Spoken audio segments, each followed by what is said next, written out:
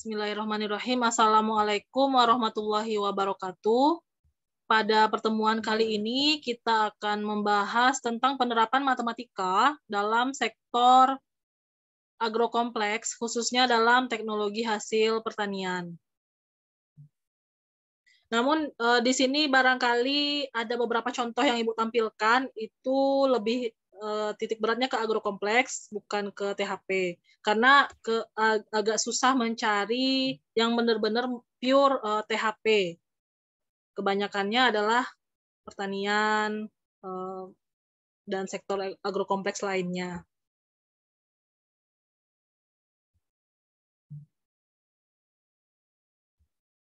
Baik, kita mulai saja Anda semua materi ini.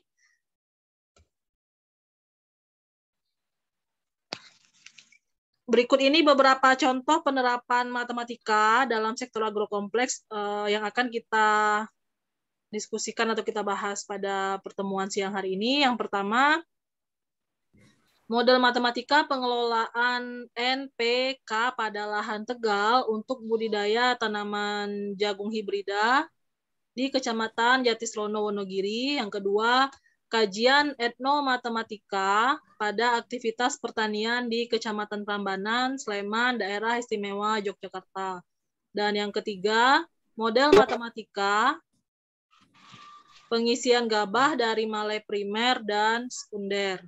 Dan yang keempat, model matematika pemilihan tanaman yang optimal dalam pola tanam atau mixed cropping. Dan yang kelima, analisis keterkaitan sektor pertanian dan pengaruhnya terhadap perekonomian Indonesia berupa analisis input dan output. Kita bahas satu persatu.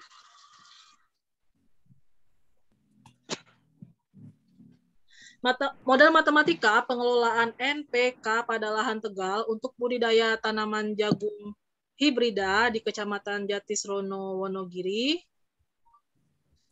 Tujuan dari penelitian terkait pengelolaan NPK pada lahan tegal ini bertujuan untuk menyusun model matematika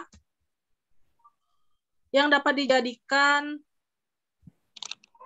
acuan dalam pengelolaan NPK pada lahan tegal untuk budidaya tanaman jagung hibrida. Ini merupakan sumber yang Ibu peroleh dari hasil googling atau mencari di Google dengan mengetikkan penerapan matematika dalam agrokompleks atau penerapan matematika dalam pertanian.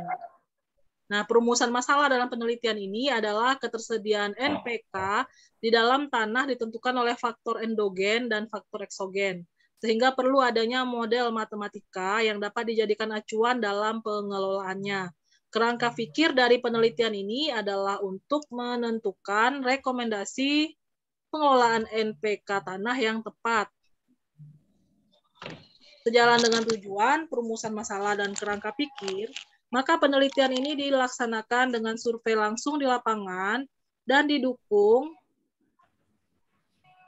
dengan analisis tanah di laboratorium serta analisis statistika berupa stepwise regression dan correlation. Penelitian ini dengan cara menggunakan pendekatan satuan peta tanah. Dan hasil penelitian menunjukkan bahwa model matematika dapat dijadikan acuan dalam pengelolaan NPK pada lahan tegal untuk budidaya tanaman jagung.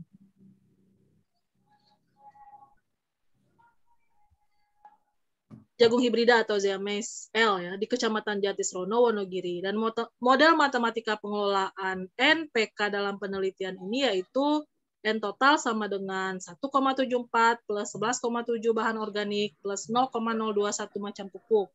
P tersedia sama dengan 1,61 min 26,6 bahan organik plus 0,161 macam pupuk. K tersedia sama dengan 6,53 plus 425 bahan organik plus 0,434 macam pupuk. Dengan kata kuncinya model matematika pengelolaan NPK jagung hibrida atau Zeames L. Untuk lebih lengkapnya artikel ini bisa Anda search di Google ya. Judul yang tadi muncul artikel ini. Oke, model. Model sebagai suatu penyederhanaan dari sistem yang berlangsung dengan memasukkan prinsip pemahaman fisiologis dan ekologis tanaman yang telah diperoleh dari penelitian sebelumnya ternyata telah mendekati kenyataan hasil di lapangan. Pemodelan dikembangkan dengan pendekatan mekanistik yang mencoba menghubungkan proses fisiologis dan morfologis tanaman sebagai respon terhadap keadaan fisik lingkungan tanaman, terutama kondisi tanah dan iklim. Dengan memanfaatkan data iklim dan tanah yang telah tersedia, model simulasi tanaman akan dengan cepat mampu menyediakan informasi mengenai prediksi perkembangan pertumbuhan suatu komoditas yang akan dikembangkan di suatu wilayah pada waktu tertentu. Tahu Pak. Jones et al. 1987 dan Chit Sitompul 2007 mengemukakan dua sasaran pokok modeling dalam matematika, yaitu pertama, memperoleh pengertian yang lebih baik mengenai hubungan sebab akibat atau cause effect dalam suatu sistem, serta untuk menyediakan interpretasi kualitatif dan kuantitatif yang lebih baik akan sistem tersebut. Sasaran yang kedua dari modeling lebih terapan atau berorientasi pada masalah, yaitu untuk mendapatkan prediksi yang lebih baik akan tingkah laku dari sistem yang digunakan segera dalam perbaikan dan pengendalian atau pengelolaan sistem. Model simulasi matematika merupakan alternatif menarik yang dapat digunakan untuk mengungkapkan proses-proses yang sulit diukur. Model merupakan bentuk pemisalan, persamaan-persamaan, dan cara-cara untuk melukiskan suatu sistem. Model simulasi umumnya berupa rumus-rumus matematika untuk menirukan proses yang terjadi di alam. Rumus matematika atau tiruan proses alam tersebut didasarkan pada asumsi-asumsi. Tingkat kemiripan rumus tersebut ditentukan oleh tingkat kebenaran dalam mengambil anggapan atau asumsi proses alam. Ini merupakan kutipan yang ditulis oleh Drugers, Linsley, dan Sumiati serta Sumiati dan Tika pada tahun 2008. Kita lanjutkan. Berikut ini ada tabulasi syarat tumbuh tanaman jagung, bahwa menyiratkan bahwa aspek matematika ini tidak dapat dipisahkan dari agrokompleks ya. Ini bisa Anda baca sendiri. Di sini ada kelas kesesuaian lahan dan ada persyaratan penggunaan atau karakteristik lahan berupa temperatur, ketersediaan air, ketersediaan oksigen, media perakaran, gambut, referensi hara. Ada yang dalam persen satuannya, beda-beda ya satuannya. Toksisitas, bahaya erosi, dan lain sebagainya. Maaf, sebentar, laptop Ibu lagi low bat. Ya. Oke, kita lanjutkan.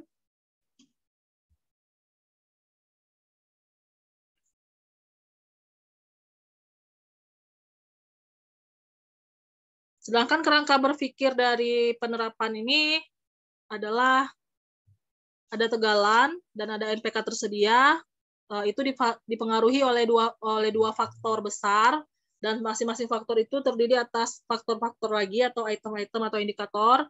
Faktor di dalam tanah yaitu sifat fisika tanah, tekstur, struktur, permeabilitas, kemudian sifat kimia tanah, kadar BO, pH, dan KPK. Kemudian faktor lingkungan sendiri, morfologi lahan, iklim, pola pemupukan. Kemudian dilakukan uji stepwise regression, dilakukan peramalan, ada rekomendasi, dan juga diharapkan nanti akan muncul faktor pendukung dan faktor penghambat setelah kita lakukan stepwise regression. Di dalam stepwise regression juga ada korelasi atau koefisien korelasi atau correlation atau korelasi bivariat atau korelasi Pearson. Selanjutnya, model matematika adalah suatu persamaan matematis yang menggambarkan hubungan besaran-besaran fisis dalam suatu sistem fisis. Melalui penyelesaian model matematik, maka dapat diperoleh informasi tentang karakteristik suatu sistem fisis.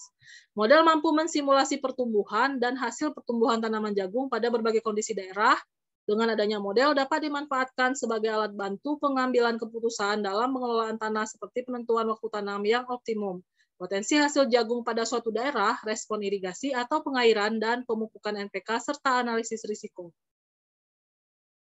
Dan untuk mengetahui model matematika pengelolaan NPK pada tanah alfisos, perlu dilakukan simulasi faktor-faktor yang paling berpengaruh. Faktor-faktor tersebut dibagi menjadi dua, seperti yang disebutkan sebelumnya pada flowchart. Kemudian teknik statistika yang digunakan berupa stepwise regression pada faktor-faktor dan juga analisis hubungan meliputi analisis korelasi atau koefisien korelasi. Koefisien penentu atau koefisien determinasi dan analisis regresi, baik untuk hubungannya yang melibatkan hanya dua variabel maupun untuk hubungan yang melibatkan lebih dari dua variabel serta uji statistiknya masing-masing. Untuk korelasi sendiri itu kategorinya untuk 0 tidak ada hubungan interpretasinya, kemudian untuk 0,01 sampai 0,09 hubungannya kurang berarti, 0,10 sampai 0,29 hubungan moderat, 0,3 sampai 0,49 hubungan kuat, 0,5 sampai 0,69 hubungan sangat kuat, 0,7 sampai 0,89 dan lebih dari 0,9 hubungan mendekati sempurna.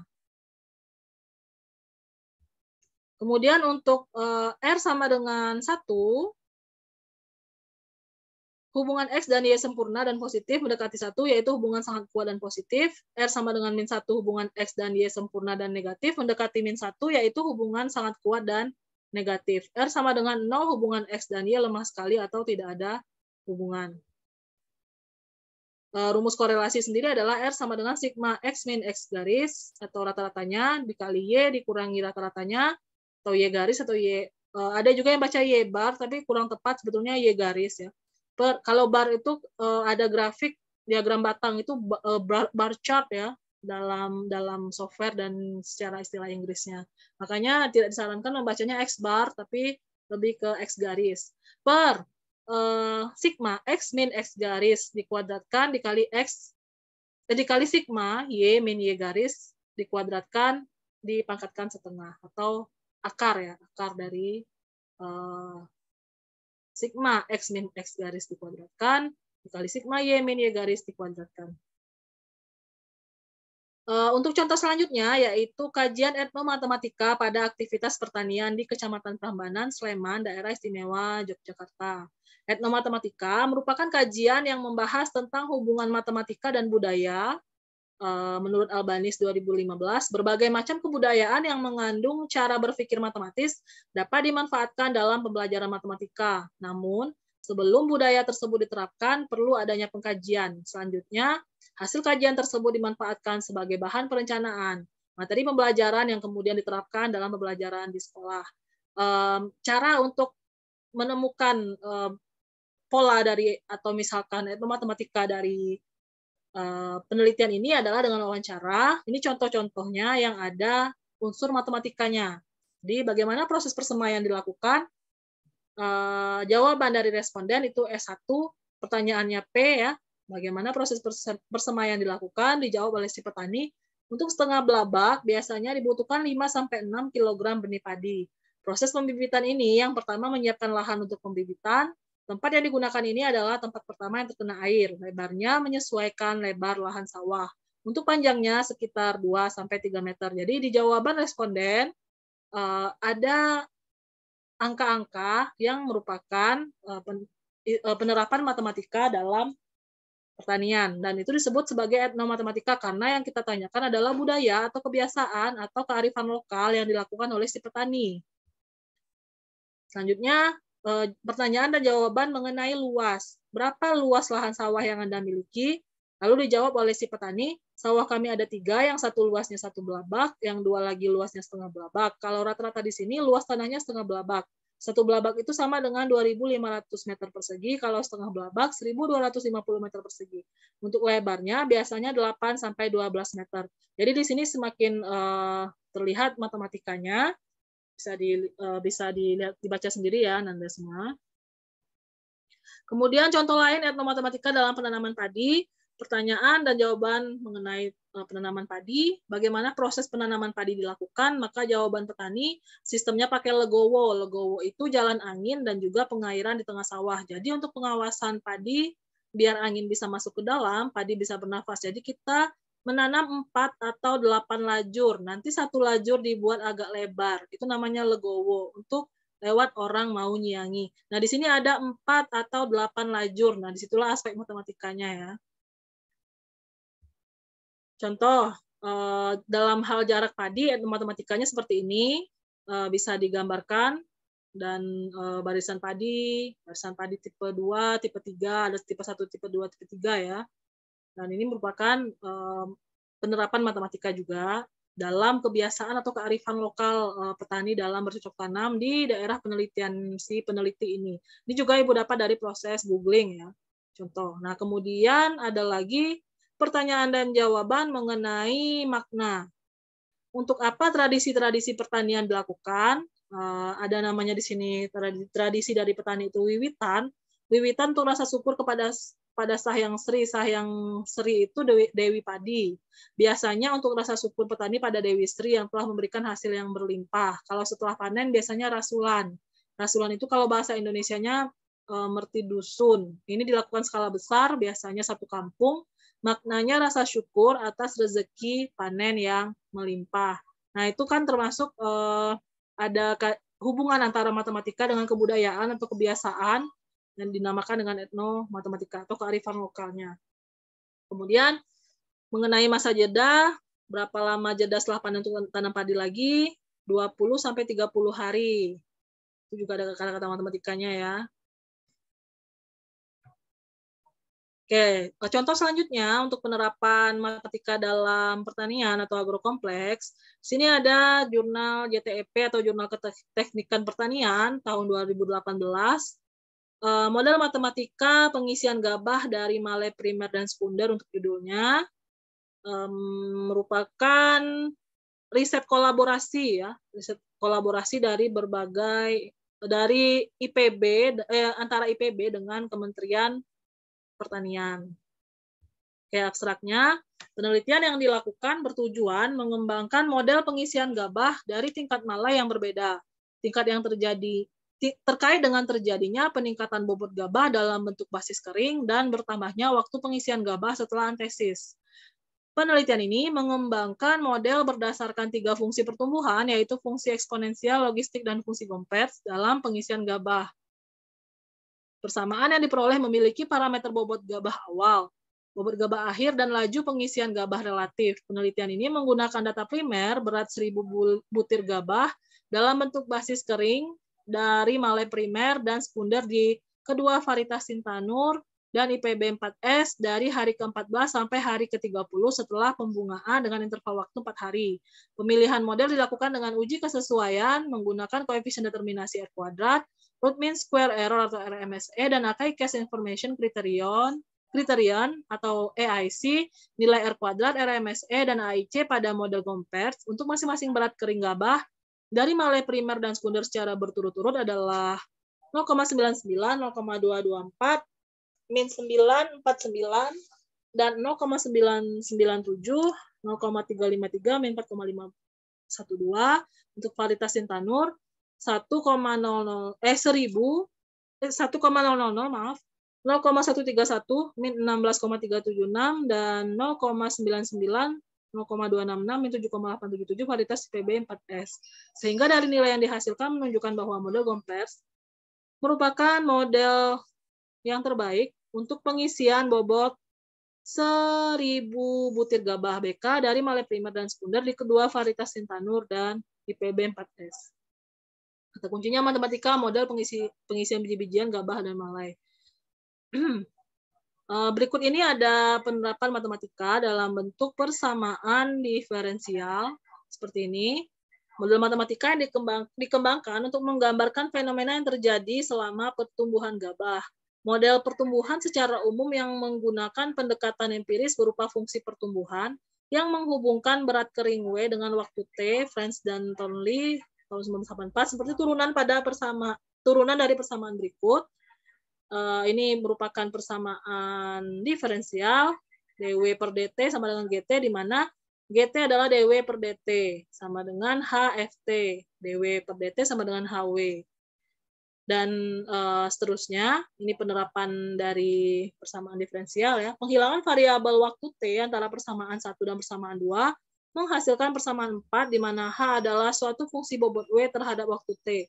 Persamaan 4 dikenal dengan rata-rata fungsi tetap dengan bobot W sebagai variabel yang dapat ditafsirkan secara biologi atau biokimia. Dengan asumsi tidak ada penambahan atau pengurangan bahan dalam sistem sehingga diperoleh persamaan berikut ini. dW per dt plus ds per dt sama dengan 0, dW per dt plus ds per dt sama dengan ds per dt, dikali W plus DSW plus S per DT sama dengan 0. Sehingga W plus S sama dengan W0 plus S0 sama dengan WT plus ST sama dengan C. W0 dan S0 sebagai nilai awal untuk masing-masing bobot W dan asimilat S pada saat T sama dengan 0 untuk WT, dan ST adalah nilai bobot W dan asimilat S pada saat T mendekati tak hingga, dan C adalah suatu konstanta pertumbuhan. Laju pertumbuhan sebagai fungsi kecepatan V dan dari W dan asimilat S diperoleh mu sebagai suatu fungsi yang hanya mendukung satu variabel W, yaitu dW per dt sama dengan V dikali sama dengan VWS, di mana S sama dengan C min W, maka dW per dt sama dengan V WC min W sama dengan HW. Kemudian dW per dt sama dengan mu dikali WT min W. Untuk memperoleh nilai bobot W dilakukan pengintegralan kedua ruas, seperti yang dicontohkan pada pertemuan yang lalu, dengan metode persamaan terpisah, sehingga persamaan 11 yang dihasilkan memiliki dua parameter, yaitu W0 dan mu, sebagai representasi bobot awal G dan laju pertumbuhan relatif G per hari seperti berikut. Integral W0 sampai W dW per W sama dengan integral 0 sampai T mu dt.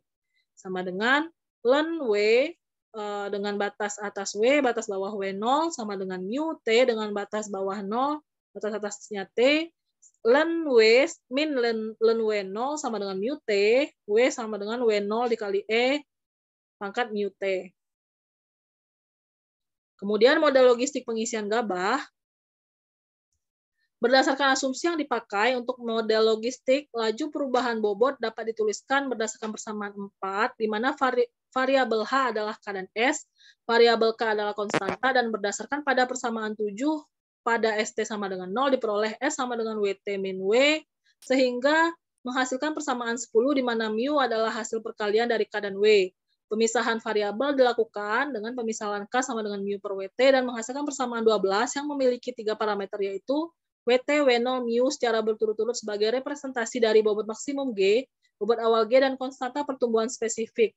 Integral W0 sampai W sama integral W0 sampai W 1 min WT min W per WT min W plus 1 per W dW sama dengan integral 0 sampai T mu dt ln WT min W dengan batas atas W, batas bawah W0 plus ln W dengan batas atas W, batas bawah W0 sama dengan mu T dengan batas atas T, batas bawahnya 0. Ln WT min W min ln WT min W0 plus ln W min ln W0 sama dengan mu T, maka W sama dengan W0 WT dikali E pangkat mu T per WT min W0 plus W0 E pangkat mu T dengan mengalihkan pembilang dan penyebut dengan E pangkat min mu T, diperolehlah persamaan 13, yaitu W sama dengan W0 WT per W0 plus WT min W0 dikali E pangkat min mu T. Dengan mengalihkan pembilang dan penyebut dengan E pangkat mu T, ini tadi, durasi pengisian gabah optimum adalah waktu pengisian gabah yang diperoleh dari hasil selisih waktu saat nilai bobot gabah terisi 95% dan 5% dari nilai bobot gabah akhir terisi penuh diperoleh melalui persamaan berikut ini.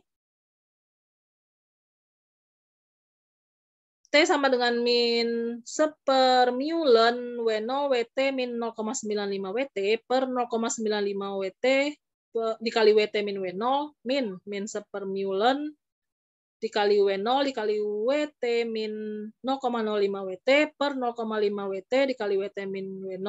Ditandai sebagai persamaan 14. D mu per dt sama dengan D mu. Mu sama dengan mu 0 W dikali E min pangkat min dt, di mana mu 0 adalah nilai mu pada waktu T sama dengan 0. Dan melalui integral dan penyelesaian persamaan terpisah diperolehlah persamaan 17 yang memiliki 3 parameter, yaitu W0, mu0, D, dan secara berturut-turut sebagai representasi bobot awal G. Mu pada saat waktu awal G hari dan konstanta pertumbuhan dapat dilihat pada slide. Dan durasi optimum pengisian gabah dari model Gompertz diperoleh sebagai berikut ini yang ditandai pada persamaan 18. Nah, itu tadi penerapan matematika dalam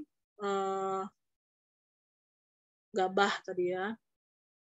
Di sini hasil pendugaan parameter model dengan model perbandingan ada 3 model, yaitu model eksponensial, model logistik dalam model Gompertz, dan varietasnya adalah Sintanur dan IPB 4S. Maka diperolehlah hasil perhitungan parameternya W0, WF, mu eksponensial, mu logistik, mu 0 Gompers, dan D. Nah, di sini terlihat bahwa yang baik untuk digunakan adalah Gompers, seperti yang disampaikan di abstrak tadi. Dan karena hasil perbandingan statistik modelnya untuk AIC ini dengan model Gompers ini yang paling kecil AIC-nya. Jadi kita gunakanlah model Gompers.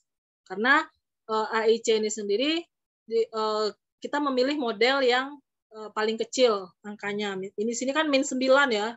Otomatis dia paling kecil. Yang paling besar adalah model eksponensial. AIC ini harus minimal untuk menemukan suatu model matematika yang terbaik.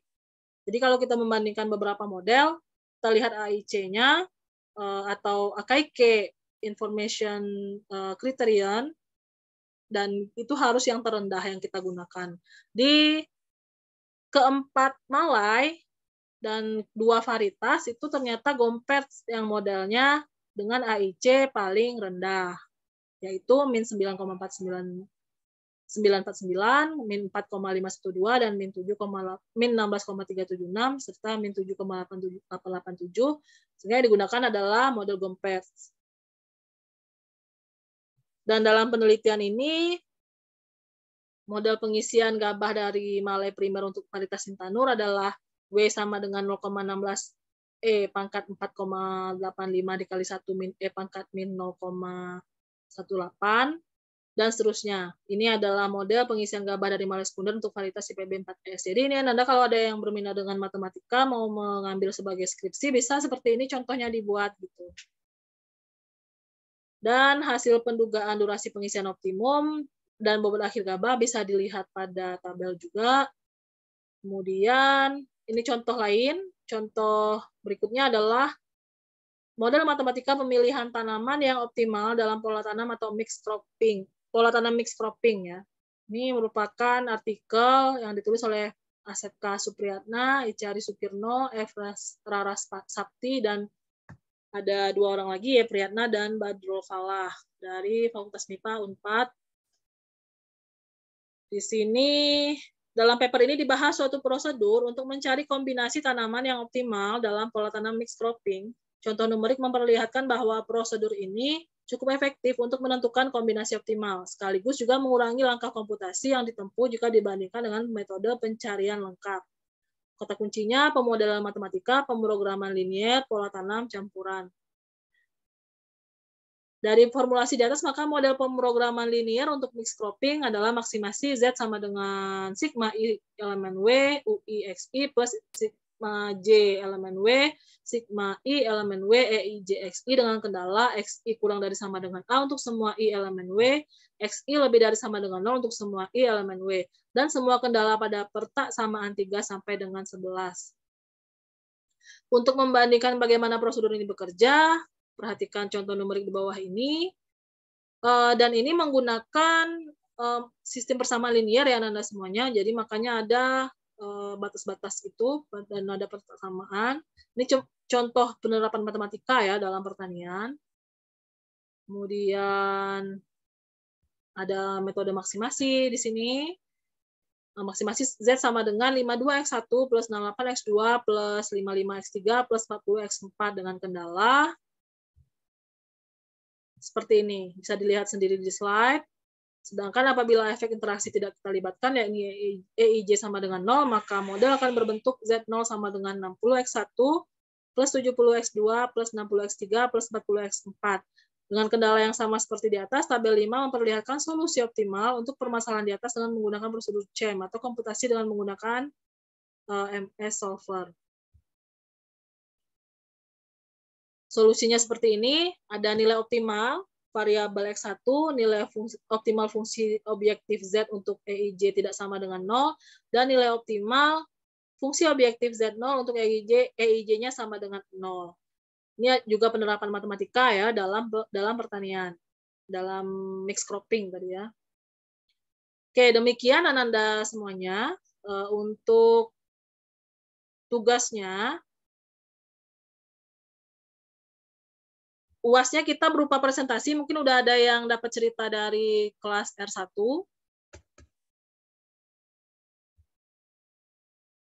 Jadi kita dalam 2 pertemuan ke depan UAS-nya berupa presentasi. Silakan seperti yang Ibu sampaikan tadi itu berupa contoh ya, contoh penerapan matematika dalam sektor agrokompleks. Nah, yang Ibu harapkan di sini karena Ananda semua merupakan prodi THP, carilah penerapan yang lebih mengarah atau berfokus ke THP atau teknologi hasil pertanian.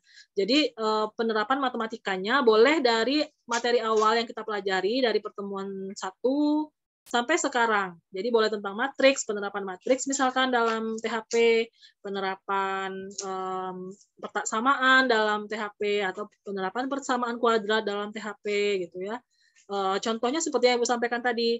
Dan bedanya adalah Ananda semua diminta untuk membuat slide yang semenarik mungkin karena ini merupakan penilaian UAS. Dan ini presentasinya individu, 1 orang diberi waktu 7 menit. Kalau bisa dalam minggu ini karena memang minggu ini kita diminta untuk sudah pertemuan 16, jadi Ibu minta kesediaan Anda semuanya untuk mencarikan jam pengganti. Kalau bisa sih agar tidak mengganggu mata kuliah yang lain di malam hari. Ya, silahkan Afif, raise hand.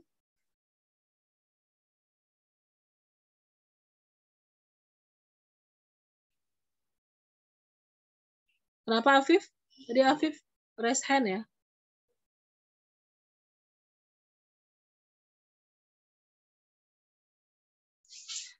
Contohnya seperti Salsa tuh, penerapan, kan Salsa ikut lomba KTI kemarin ya Salsa ya. Nah, itu bisa dijadikan contoh. Contohnya 1 saja ya Nanda, karena tapi catatannya tidak boleh sama satu dengan yang lainnya. Salsa bisa sih, boleh pakai yang kemarin. Nah, tuh. Tapi sebenarnya itu belum nyampe ke sana sih materinya ya. Kalau bisa penerapan turunan dan integral gitu. Penerapan turunan dalam pertanian, penerapan integral dalam THP gitu ya. Itu di googling, jadi bukan membuat sendiri tapi mengambil sumber dan diringkas atau dibikin resume lalu dipresentasikan dalam bentuk slide presentasi yang semenarik mungkin. Cukup jelas ya tugasnya Ananda semuanya.